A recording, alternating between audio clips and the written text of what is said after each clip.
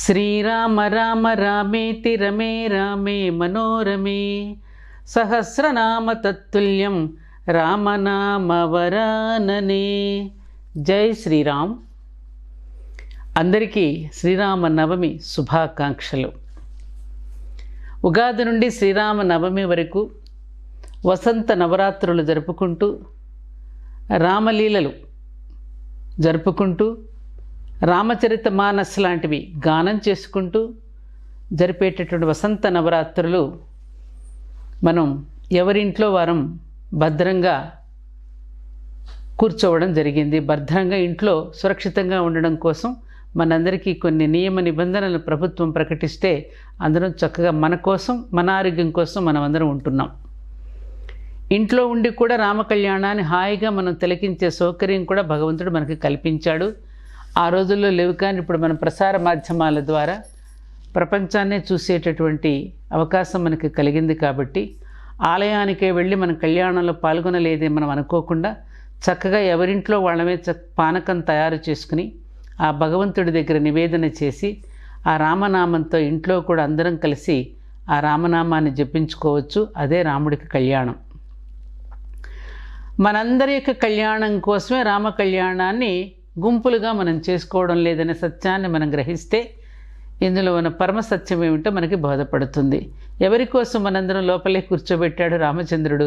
నా వరకు రానక్కర్లేదు, మీరు ఎవరింట్లో ఉండేవారు నన్ను చెప్పించినా నేను ఎక్కడ ఉన్నా నేను పలుకుతాను, మీరు జయ శ్రీరామ్ అనగానే నేను అక్కడే ఉంటాను. ఆనాడు మరి తానీషాకే కనిపించిన వాడిని మీకు కనిపించనా అంటున్నాడు శ్రీరామచంద్రుడు. కాబట్టి ఆత్మీయ బంధువులారా, మనకు మరొక అవకాశం కూడా కలిగింది. శ్రీరామ నవమి మనం ఈ ఇంట్లో కూర్చున్నటువంటి ఈ సమయంలో చక్కగా కేంద్ర ప్రభుత్వం మనందరికీ ఒక గొప్ప అవకాశాన్ని కలిగించింది.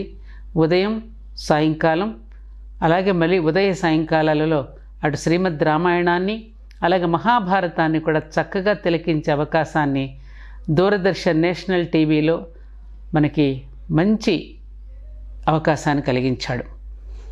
ఉదయ సాయంకాలం వేళ రామాయణ భారతాలను చూసిన తర్వాత ఆనాటి ఎపిసోడ్లో ఏం జరిగిందో హిందీలో వస్తుంది కాబట్టి పెద్దవాళ్ళంతా దాన్ని చూసి ఆ రోజున జరిగినటువంటి ఆ కథా గమనాన్ని పిల్లలందరికీ వివరిస్తూ ఎందుకు అసలు రాముడు జన్మించాడు, ఏ విధమైన సందేశాన్ని మనకు అందించడానికి ఈ భూమి మీదకి మనకు అవతరించాడు, అన్నదమ్ముల్లో ఎలా ఉండాలో, భార్యాభర్తలుగా ఎలా ఉండాలో, గురు శిష్యులుగా ఎలా ఉండాలో, రాజు ఏ విధంగా పరిపాలించాలో, అలాగే భగవంతుడు భక్తుడు ఎలా ఉండాలో, స్నేహాన్ని ఎలా కాపాడుకోవాలి, ఇలా పరిపరి విధాలుగా మనందరికీ కూడా ఈ భూమి మీదకి తానుగా దిగి వచ్చి ఒక నరుడుగా మనందరి మధ్యలోనే ఉంటూ ప్రాక్టికల్గా ఎందుకు చూపించి ఆ డ్రామా మనందరికీ చూపించి వెళ్ళాడో మనందరికీ తెలుసు.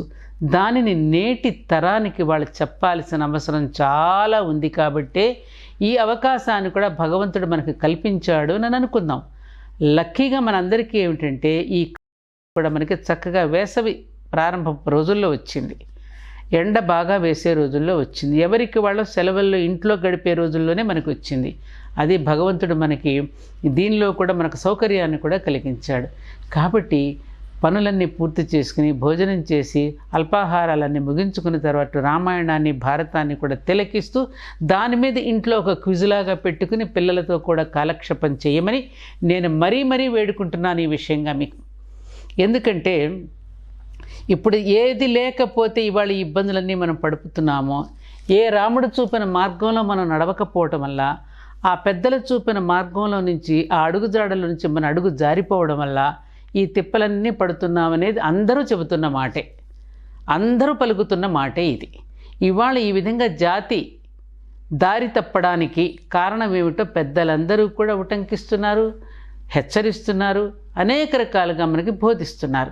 ఆ మార్గం నుంచి మనం బయట పడిపోయాం. కాబట్టి ఇప్పటికైనా మళ్ళీ తిరిగి ఆ ట్రాక్లో మనం నిలబడాలి అంటే చిన్నప్పటి నుండే ఈ వయసు నుంచే పిల్లలందరికీ కూడా రాముడు చూపిన మార్గాన్ని, ధర్మరాజు మనకు బోధించినటువంటి మార్గాన్ని మనం అవలంబిస్తేనే మళ్ళీ మనందరం కూడా చక్కగా ఒక సభ్య సమాజాన్ని, ఒక గొప్ప జాతిని కూడా మనం నిర్మాణం చేసుకోగలుగుతాం అనేది అక్షర సత్యం.